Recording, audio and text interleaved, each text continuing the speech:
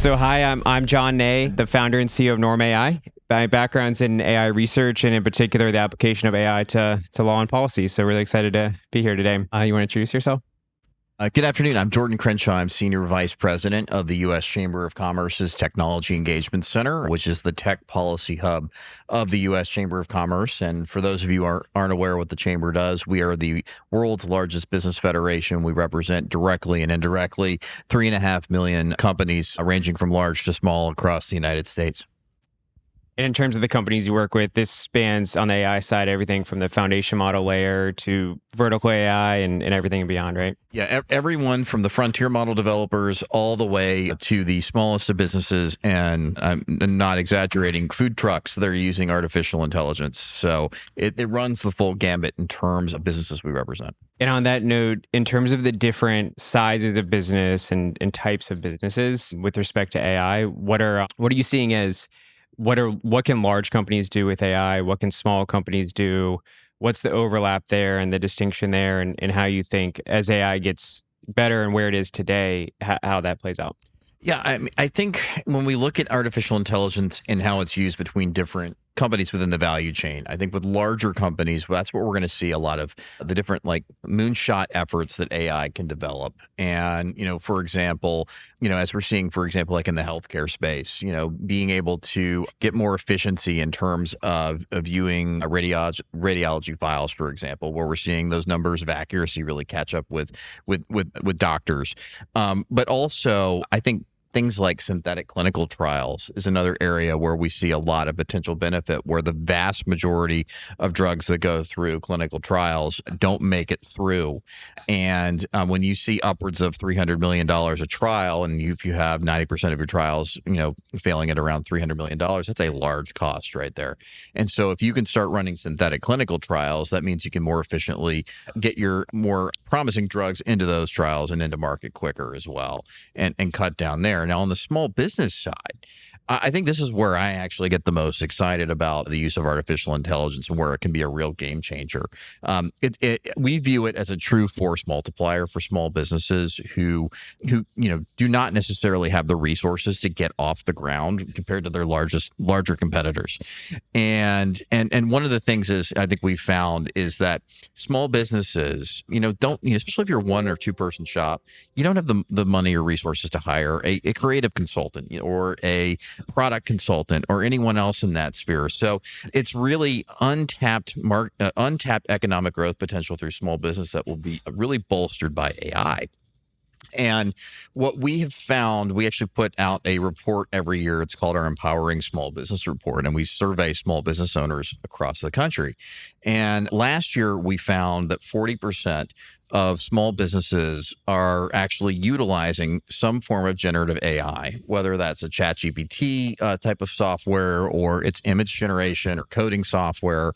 And what we also found too is we asked the small businesses, the ones that are using AI versus those who aren't, what were your sales like year over year, your employment year over year? And we found on average, the companies using AI were doing better from both a hiring and a sales standpoint than their competitors who weren't. And what I think I can provide a little bit here too is a little bit of a preview. We're actually going to be coming out with our next version of this report in about 6 weeks. That number has jumped now to 58% of small businesses are using some form of generative AI. U.S. small businesses are blowing our competitors out of the water and other countries out of the water in terms of adoption rates on AI. And I think obviously numbers can only tell but so much of a story. But one of the things I like to mention is some of the small business owners that we talk to every day who are using this technology. And an example of a gentleman named Frog, who actually owns a coffee shop in San Francisco. He actually, employs about a handful of baristas, and he's trying to do e-commerce sales as well to bolster his business to compete with other companies. And what he told me was that he actually went on YouTube to learn how to improve his marketing efficiency. And so he went into his Shopify account, which was telling him search engine optimization terms that would actually get him more eyeballs to his product. He would take those terms, put his product into ChatGPT, ask ChatGPT to create a marketing strategy for him to go out and create descriptions of product that he could put online that would get more eyeballs on social media and on search. And what he told me was he's actually been able to cut his marketing time down by 70%. And so when you are a small business that's constrained by, limited resources and limited people that you have hired, it really is a force equalizer and force multiplier that compared to other tools we haven't seen so far. So on the big company side, it's more about sort of pushing out the frontier on innovation and coming up with novel insights, pairing that with humans to push out the frontier. And on the small business side, it's more about, primarily at least, not something they couldn't have otherwise done. So they don't have marketing people. They have two people at a small business, for example. So they don't have a marketing person. They don't have a social media person. So it's about expanding sort of the footprint of the business in a way that just otherwise they wouldn't have done at all. Across the board, I think efficiency is going to be there for all sizes of companies, whether it's small or large. But I do think that when we're looking at where larger companies play in this is where we are going to see the real moonshots, cancer drug developments and things like that, the real innovation that's going to develop out of this. But I do think in a way, too, some of the mid-sized tech firms as well, too, are going to play a role in this as the AI, actually gets to be better as well as we move along. I think there's going to be a role for startups in that space as well to develop these innovations. But I think we're going to see much more on the innovative side in terms of big idea issues coming from larger companies. But for small businesses, as you said, this is going to be the real force multiplier where we wouldn't have growth but for artificial intelligence. And so you mentioned like us versus other countries that have less adoption of AI and like on the company side. And do you have a sense of why that is? So one of the things that we suspect as part of this is the regulatory environment that's at play to some extent. We do have Europe, which is now looking down at implementation of the EU AI Act, for example, which I think many already are starting to doubt whether or not they went too far and some of the requirements they had for that with prohibited uses and some of the high risk landscape that they put in place there. And to the point now we've actually seen both Poland and Sweden call for delay in implementation at this point of the AI Act. So we've seen numbers in Europe kind of for the most part. Spain, for example, for adoption rates is around like 10% when it comes to small businesses using AI. So I think the regulatory environment has something to do with it. I also think, you can even look at the US data, for example, as well. We polled small businesses and asked them, are they well prepared to deal with the oncoming AI regulations that may be coming even in the US? And only a third of them said that they felt like they were well prepared to even deal with the regulations that are coming. And case in point, Colorado is the first state in the country to pass comprehensive AI legislation.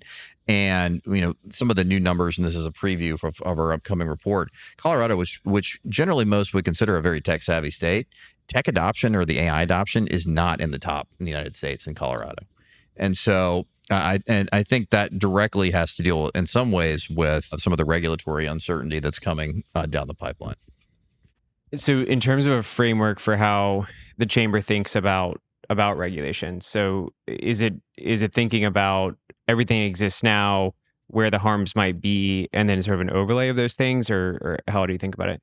Yeah, no, so we actually really started asking these hard questions about 4 years ago about how should we address AI before even AI got cool. In fact, what we did is we put together a commission of two former members of Congress as our chairs, John Delaney, who used to be part of the AI caucus on Capitol Hill, and Mike Ferguson, who former congressman from New Jersey. And we brought together a panel of academics, a think tank community folks, and industry folks. And we basically tasked them with three basic questions. How do we regulate AI? How do we compete with China? And how do we get the workforce ready for the oncoming AI revolution? And this group went throughout the country. We hosted a series of field hearings in places like London, as well as Cleveland, Silicon Valley, Austin, and even here in DC. Took public comment as well as if it was our own kind of notice of inquiry. And what this group came up with was a really robust and I think enduring regulatory framework of how to look at AI. And what they said was effectively this: we need to really try to solve for what are the harms we're really trying to deal with artificial intelligence. And then once we identify the harms we're trying to solve for, we really need to look at current and existing law where it is already to see where government has the authorities in place to deal with those potential harms. And so, for example, there's a lot of concern out there about AI voice cloning being used for fraudulent purposes, and so there are anti-fraud laws on the books that can be utilized. The FTC, even under Alina Khan, said that she had authorities to go after things like unfair and deceptive practices using artificial intelligence. And nearly every state has a UDAP statute, discrimination statute. About half have a privacy law, and so we really believe it's important that government use its existing authorities, so we're not duplicating regulation, we're not creating conflicting regulation. And then when we actually have done that inventory to see where the laws are as they are, we really need to fill in that area where there is a regulatory void, where there are AI specific harms, and then try to take that from a targeted and tailored approach. One example, and I know a lot of folks say you can't get a lot of things done on emerging tech policy in this country, but we did it this year. Senator Cruz and Representative Salazar got out the Take It Down Act, for example, which was a very targeted bill aimed at deep fake revenge porn that's on the internet. One, it criminalized it. And two, it actually gave consumers the ability to have it removed off the internet within a reasonable amount of time. And those are examples where the AI systems have created an entirely new harm, and the law wasn't able to touch it. And so I think that's the analytical framework we really look at to ensure that we're not creating duplicative regulations. I think, one of the examples I have to kind of harken back to was, and want to thank Director Bull for his conversations today about how Virginia is using AI. Well, there was AI legislation in Virginia this year that really touched on a lot of areas where the law already covered. And Governor Youngkin's veto statement of that legislation, he mentioned that the state of Virginia already had privacy and consumer protection laws on the books.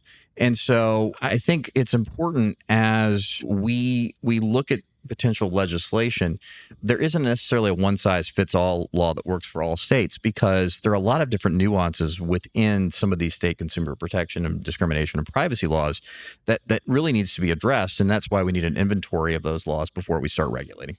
Yeah, one of the things I've noticed is with AI, there's also sort of non-governmental regulation of AI that's been of interest. So like Silicon Valley companies like OpenAI, they talk about aligning AI to values, and then they kind of come up with values. And so we already have a lot of values embedded in law. So that's a great democratically determined database of that. And so I've noticed that happens on the company side too. People are trying to take a new framework where there's already things that exist.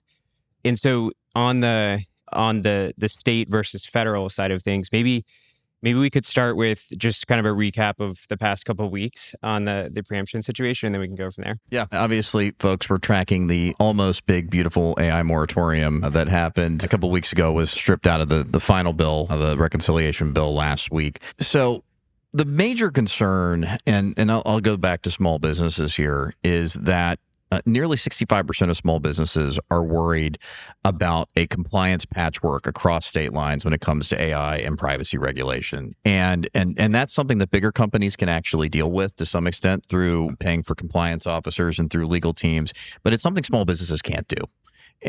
Or it comes at a great cost to them, so that, it almost negates somewhat the financial benefit of using the tools in the first place.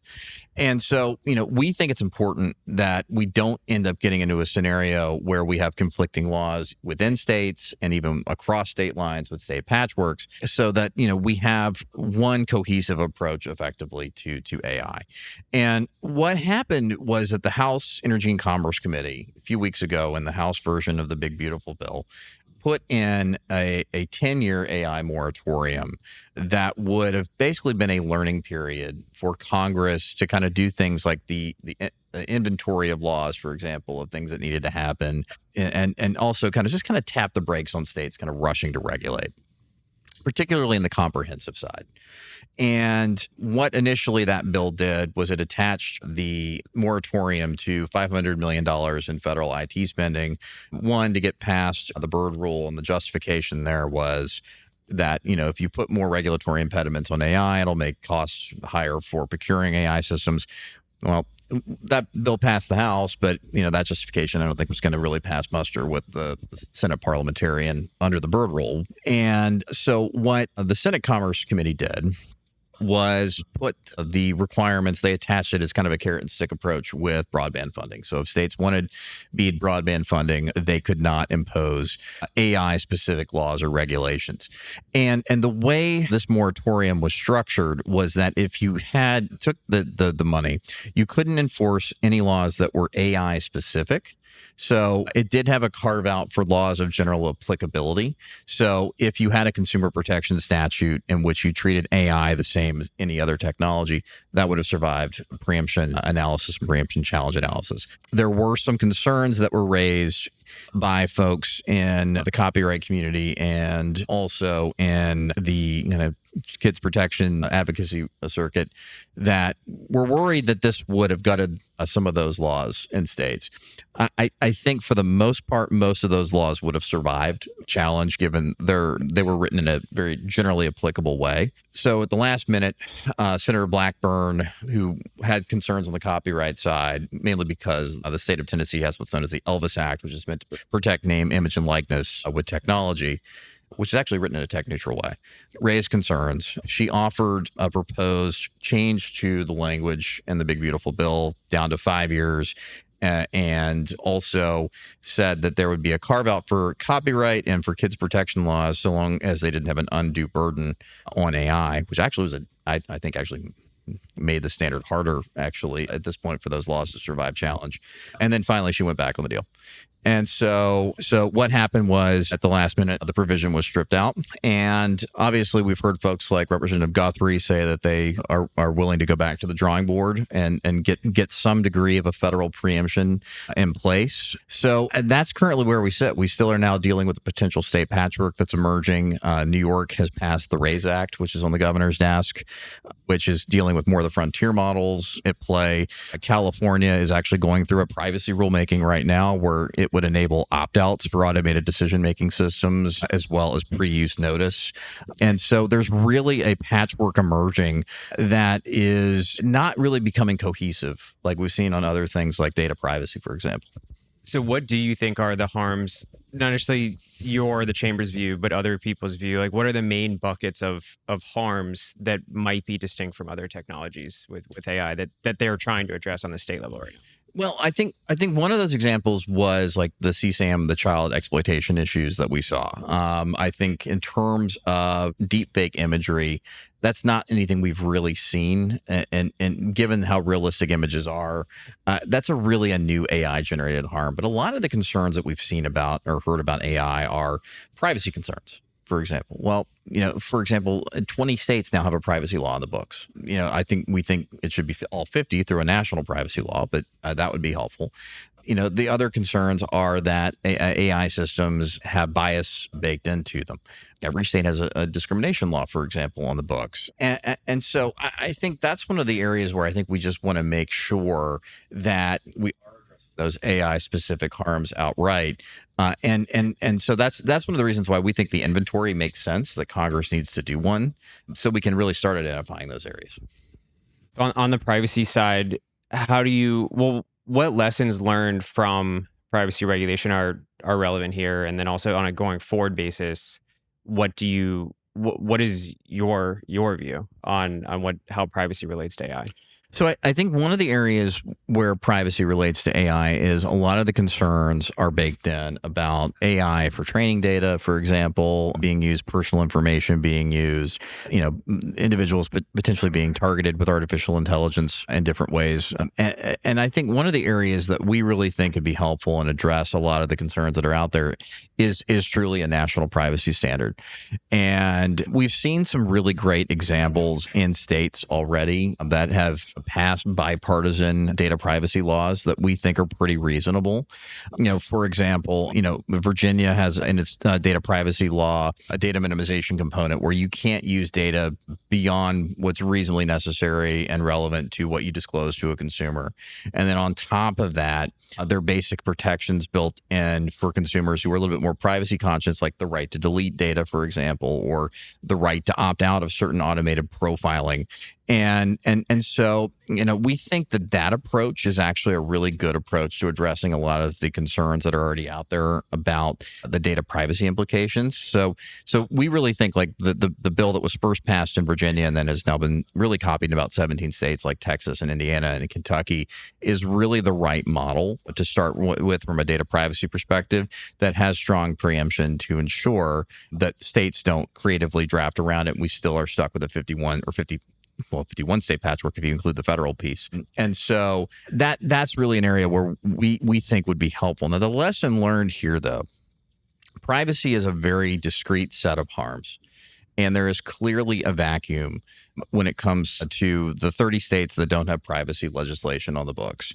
And that's an area where we think is appropriate for the federal government to really begin to go in there and fill in the gap with those rules. The problem with what we've seen with some of these AI proposals in the states, though, and it kind of goes back to the gap analysis I talked about already, is that a lot of these state bills are trying to boil the ocean and really trying to think of a laundry list of potential harms that could come with AI. And, we've talked with even some of the sponsors of these bills, and they have not done the analysis to see if these proposals actually conflict with the current state laws they have on the books. So they're trying to address issues of like civil rights where states already have standards on the books. For example, Governor Polis, when he signed 205 into law in Colorado, actually made it pretty clear that he was worried that the law he had just signed actually created a new standard for discrimination law when it came to AI, and that was completely different from the standard for any other discrimination complaint that would be made in the state. And so I think that's one of the concerns is that we have not seen state legislatures really kind of figure out how to ensure that current law doesn't conflict with the proposals that we're seeing so far. And is that a new thing, or is that always sort of the status quo of how people are putting forward state legislation? I mean, it happens regardless, but I think in this instance, I really do believe in a lot of areas that AI has somewhat become a proxy for other issue areas where I think that attempts to kind of rewrite consumer protection law or rewrite civil rights law, because, I mean, AI is the new shiny object right now, and it's also the area where people have a lot of fears and concerns. And I think that is a difference to how I've seen people kind of go about with writing this. And I also think there's just a fundamental misunderstanding about AI right now as well. And I think that's one of the reasons why the learning period is just so important, so that we actually have kind of a time to do the analysis we need before we start writing this. So is one principle that you all think of, is it sort of outcome based? So it doesn't really matter how you get there, but what is the outcome of the activity and what are the potential harms of the activity, rather than trying to go into the weeds of how does the system work and regulating the specifics of the system? Is that an accurate way of thinking about it? I would, when it comes to the systems, if we view AI as a tool. So if you are conducting yourself in a manner as a business in which you are violating the law, whether it be discrimination law or consumer protection law, regardless of how or what type of technology you're using, we think that that's how you should regulate artificial intelligence. So I think, trying to go in there and micromanage on the front end, the data that goes into decision making and getting pre-clearance for how you're making decisions, that's an area where we really think that it's a bridge too far and it's really not appropriate for government in that space. That said, I think in terms of the outcomes, I think you're right. I mean, if the outcome of an action using artificial intelligence that's acted upon by a company is in violation of the law, that's really where we think the law should take up. So we've thus far been talking about the governance of AI and regulating AI. And then the other side of that coin is around using AI for governing and for regulation, the topic of the previous panel. So do you have thoughts on how to make that effective and how to do that in a way that's useful? Yeah, I mean, I think AI, one reason why I started talking through the small business piece is because I really do view agencies of government like small businesses. They have limited set budgets. And the more that we can squeeze efficiencies out of technology for agencies is critically important. We actually last year released a report that dealt with government IT modernization and the cost savings it could provide for government. And one of the things that we found through that, and citing other studies in this report, is that we could actually see about $500 billion in new efficiencies from the government if it embraced artificial intelligence. One area, for example, is like the fraud space, where AI systems, if employed to catch fraud, could actually save the government around $10 billion as well over 2 years. And so, we think that AI could definitely be used from a government standpoint in terms of one, efficiency for agencies, two, really identifying things like fraud. And then, also, I think I love the example I've heard too about using it for the permitting process as well, and really providing an opportunity for a one-stop shop for companies who would not have the compliance in place, or compliance officers to really research things like permits they need as well too. So from the perspective of the companies, thinking about augmenting the smaller companies that frankly wouldn't even really have a compliance or legal department at all, and then from the perspective of the big companies, making that more efficient and effective. So back to what we were talking about earlier, big versus small companies. What are your thoughts on the distinction there? Well, I think one of the examples I would provide is I actually had a chance to speak with an individual named Brooke. She actually runs a cosmetics company in California. And she also has a small business. She has about 5 people working with her and doing online sales. She's incredibly nervous about increased costs that could come with inflation and with tariffs, for example. And she actually was able to utilize ChatGPT inputting her products, and she had the private version. She didn't have the public version. Inputting her products and then using that as a search for where she could source products that would not take as big a tariff hit. And so that's an area where someone like that is not going to be able to pay for someone who's a compliance officer or a consultant in that space, but at least can point her in the right direction to where she should be looking in terms of sourcing products, for example. And I think that's really where I do get the most excited about this, is that this is empowering people who otherwise wouldn't have the resources to really start their own businesses and take off. Susan, do we have some questions coming in? Okay, good. All right, sounds good. In terms of the broader framing around the competitiveness with China and with other countries, thank you. How are you guys thinking about that? It's critically important. I think there was I don't know if folks saw it, but there was maybe bad timing or what, but the day after the moratorium failed, there was a great article in the Wall Street Journal about how China is really ratcheting up and working hard to catch up with the United States in terms of, its competitiveness. And in a lot of ways, I think that China is getting close to us, if not surpass us in some versions of artificial intelligence. But there are other areas where the United States still leads, particularly in business-to-business use of AI. But, I think a couple areas that do give, us pause in the business community. One goes back to that fragmented approach. China, for good or bad, has one system in place in terms of regulatory environment. Even the Europeans understood this when they created the EU AI Act, where I don't necessarily think we agree with a lot of the substance there. It is a uniform set of rules. And the U.S. potentially now is dealing with a fragmented approach in which we'll have a patchwork. The other area, too, is concern around compute. And we are going to need compute in order to lead when it comes to artificial intelligence. And China, while right now only has about 500 data centers, the U.S. is closer to about 5,000. China is really ramping up its efforts as well to increase compute capacity. And some of the regulatory barriers that exist here have to deal with permit streamlining issues at play. For example, power generation, power transmission. And those are areas that keep us up at night, making sure we have the ability to have capacity on the electric side, whereas China necessarily does not have those same constraints. And so that's a concern for us as we're looking forward, is that China does have some advantages, but the United States does have its innovation advantages out of places like Silicon Valley and throughout the country that we really feel could be amplified if we start getting involved in making sure we only have one set of rules of the road on AI, and making sure that we have the necessary computing capacity through data centers and semiconductors that we can really maximize that. There's a question about this idea of try it before you regulate it for regulators that are thinking about adding additional constraints around AI?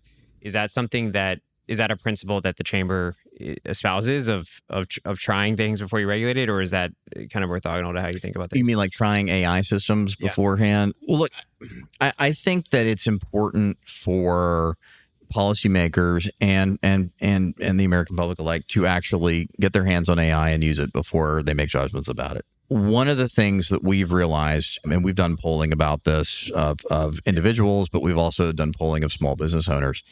And what we've learned is the more that people use this technology, the less they're actually afraid of it.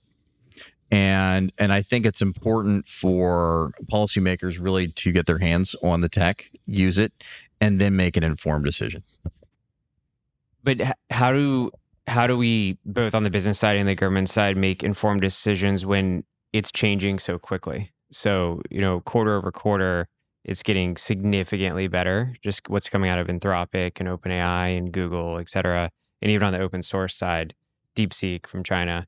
So if it continues at this pace, trying to wrap our heads around it on both sides is very difficult. So how do you guys think about that? I think it goes back to the need to have regulatory flexibility and relying on existing statutes that we have for right now, because a lot of them were durable and harms based and not necessarily technology based.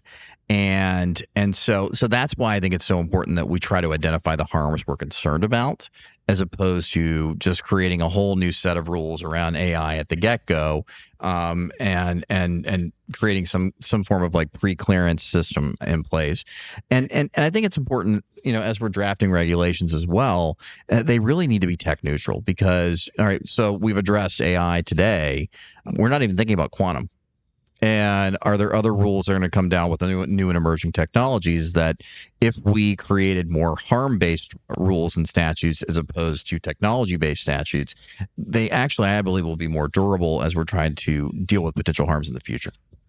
What's interesting to me is traditional machine learning in some ways is so different than humans that thinking about regulating it differently makes more sense. The generative AI, it really kind of emulates human reasoning and human thought and human action in a way that traditional machine learning didn't. And so it's almost like we didn't really regulate traditional or, ML statistical models that are just like predictive models, supervised learning models. We didn't regulate it that much. We did a little bit, but we can sort of potentially leapfrog to the situation of much more advanced AI, generative AI, especially like the reasoning models, by then kind of bringing them back into the fold of all the existing laws that already regulate humans, because they're more similar to humans. So do you guys think about it like that? Or I think the way we view it is AI as a tool.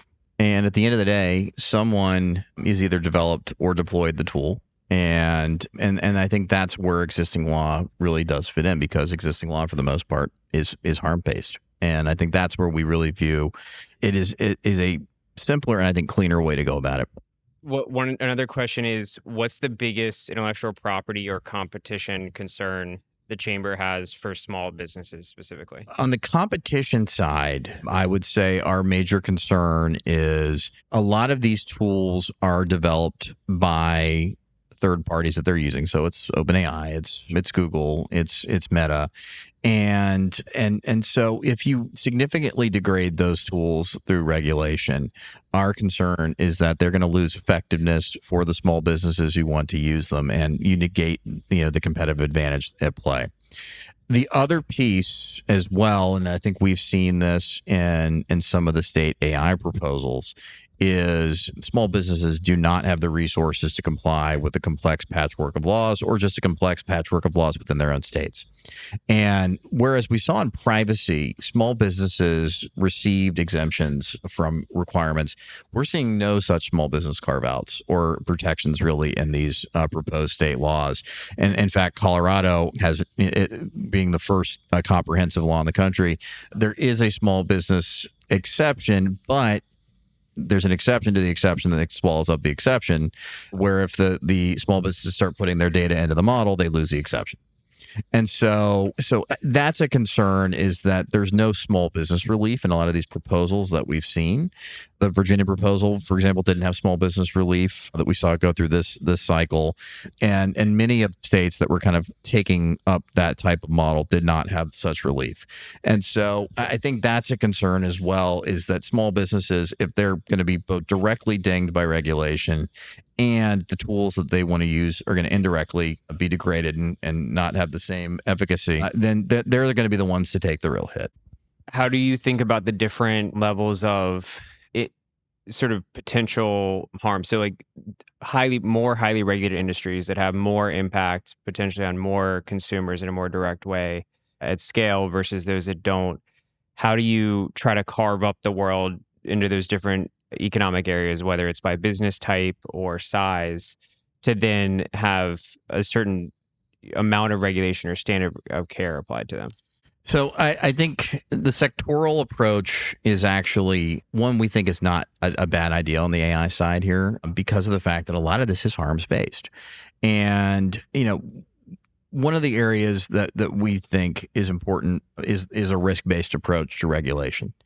And so, for example, if you're making employment decisions specifically about a candidate, whether to hire them or fire them, clearly that's a high risk. But unfortunately, a lot of these regulations get drafted very inartfully, that you create these broad categories of things, just like if you're using AI in employment. And one of those areas we've seen is, we saw originally in some drafting of California regulations, effectively would have had to put a human in the loop with assigning an Uber. And so as an employment issue, because it was assigning work. And so that's one of the areas where I think we really need to be careful about trying to solve for the harms that we're dealing with, as opposed to just broadly categorizing things like employment or healthcare as high risk, because there are a lot of use cases within even those sectors that does not necessarily merit, having to provide things like impact assessments. If you're using an AI system necessarily to assign shift work, that may not be the same as an AI system that is making diagnostic decisions. And so that's one of the areas where I think it's so important that we look at the actual harms we're trying to solve for, as opposed to broad categories. Because, the way we look at it is, if you so overly define high risk, do you really have a risk-based approach to regulation? In terms of standards setting, whether it's NIST or a non-governmental standard setting organization, how do you think about, is that useful? Is standard setting useful in this context? And then also, if it is, then do you think about those standards as sort of like a floor or ceiling in terms of putting them out there with the goal of saying this is best of breed, and let's not maybe go beyond this, or this is the minimum of what you might need to do? I think, for example, NIST put out a few years ago its risk management framework when it came to AI. And what I would say about that is that, as drafted, it is a good document for getting companies to think in the right way about artificial intelligence. I think some companies, they're going to have to make some decisions that are different than others based on their level of risk of what they're working on. But I think NIST, for example, plays a very key role here, because of the fact that it's offering a framework that really gets companies thinking through how they should best think through how to create their own systems and create risk management. Makes sense. And then in terms of the different liability regimes, whether it's strict or negligence or if there's some sort of safe harbor, do you think that's a right framing for any of this, of thinking about it like that, or do you think it should be more focused on regulation? From a liability standpoint, I think that is one of the most complex issues at play right now. And I think it's one we're actually listening to our members about, in terms of how that should play out. I mean, obviously, we have existing laws in the books now to deal with that. But, I think it's interesting that the Europeans, who had liability for AI on the agenda for the regulatory docket for this year, decided to pull that back, because it's a very complex issue, and in terms of trying to assign liabilities there. So I think that is one that I think will probably end up being decided in the courts for now. And I think it's one that, we've heard pros and cons on different sides for that. Yeah, that one, it's also kind of unique to the US, probably, in a way, in the way that we deal with liability here. Well, yeah, you're right, and I think one of the issues at play is we have a much more litigious society here in the U.S. We have private rights of action and many different bills and laws across the country, and so I think there is much more of an incentive. I think we have concerns about to see some folks try to overly expand the definition of harms through private rights of action, but I think at this point though, there are a lot of different questions, and we dealt with this even in the context of autonomous vehicles. Is it more strict liability and products liability the more autonomous a car is versus if it's more of a level one on AV systems? And I think those are issues that are still, I think, folks in the industry trying to grapple with. I published a paper in Science a couple of years ago. It was more of a thought experiment around this topic, but it was about if you could just wrap it all in an LLC and you could just say an AI agent, it has to be its own LLC, then what would that mean? And we kind of went through the implications of that. If anyone wants to read that, you can look that up. So another question I had, I don't know if you can answer this, but thinking about all of your members and how they're approaching AI, what are the one or two topics where they seem to actually most disagree on? I think liability is one that we've heard diverse voices. I think there is diversity of voices on issues regarding things like copyright and patent, and those are ones that we've actively listened to our members on, but we've not really come out with policy positions at this point because we have a diverse set of members that we're trying to listen to and work those issues with. And is AI compared to other topics led to more or less disagreement between members on them? I think the answer, and I'm going to give my legal memo answer, it depends. I think it's brought a lot of agreement in industry that I have not seen before at the get-go of a technology that, yes, we do need some guardrails and regulation. I do think there is a lot of debate on Capitol Hill, though, and in regulatory agencies about what that looks like, though. But no, I think for the most part, our members understand that there are going to have to be some enforcement mechanisms, whether through existing law or new law, to deal with potential AI harms. I think, in fact, when we came out with our AI Commission report, I think some were a little bit taken aback by it. We were calling for some new regulations as the U.S. Chamber of Commerce. And so I think there is agreement that regulation is important on that front. So I think where there is agreement there, obviously when it comes to some of those other issues I mentioned, there is disagreement. So I think maybe if you want to kind of summarize based on what we just discussed, like what are the most interesting developments you think over the next 6 months based on everything we just talked about and what your members are talking about and what's going on in Capitol Hill? As a last question before Susan, then we can kind of chat. What would you say are going to be the most interesting things? So 6 months from now, we're looking back and we're saying the past 6 months, what were the two things that were the most novel developments in the space? I think a couple things to watch out for. In 6 months, how active will states get post the moratorium not going through? I still think there's opportunity in the next few months for Congress to take this issue up and refine it. The other issue will be, we haven't really dived into the semiconductor issue, but what will the administration do around protections around exports and things like that surrounding chips, which are going to be vital. I think the copyright issue is coming up even more so, and we're seeing cases now being decided, by lower level courts on those decisions about training data, and we'll begin to see more and more pop up on that front. And so I think those are areas where I think we probably will see developments on the IP side more in the courts, and then from a regulatory standpoint, I think we will see Congress really start to roll up its sleeves and figure out, where does it need to start honing in more on the AI space. So that was a really helpful perspective. So thank you. Thank you.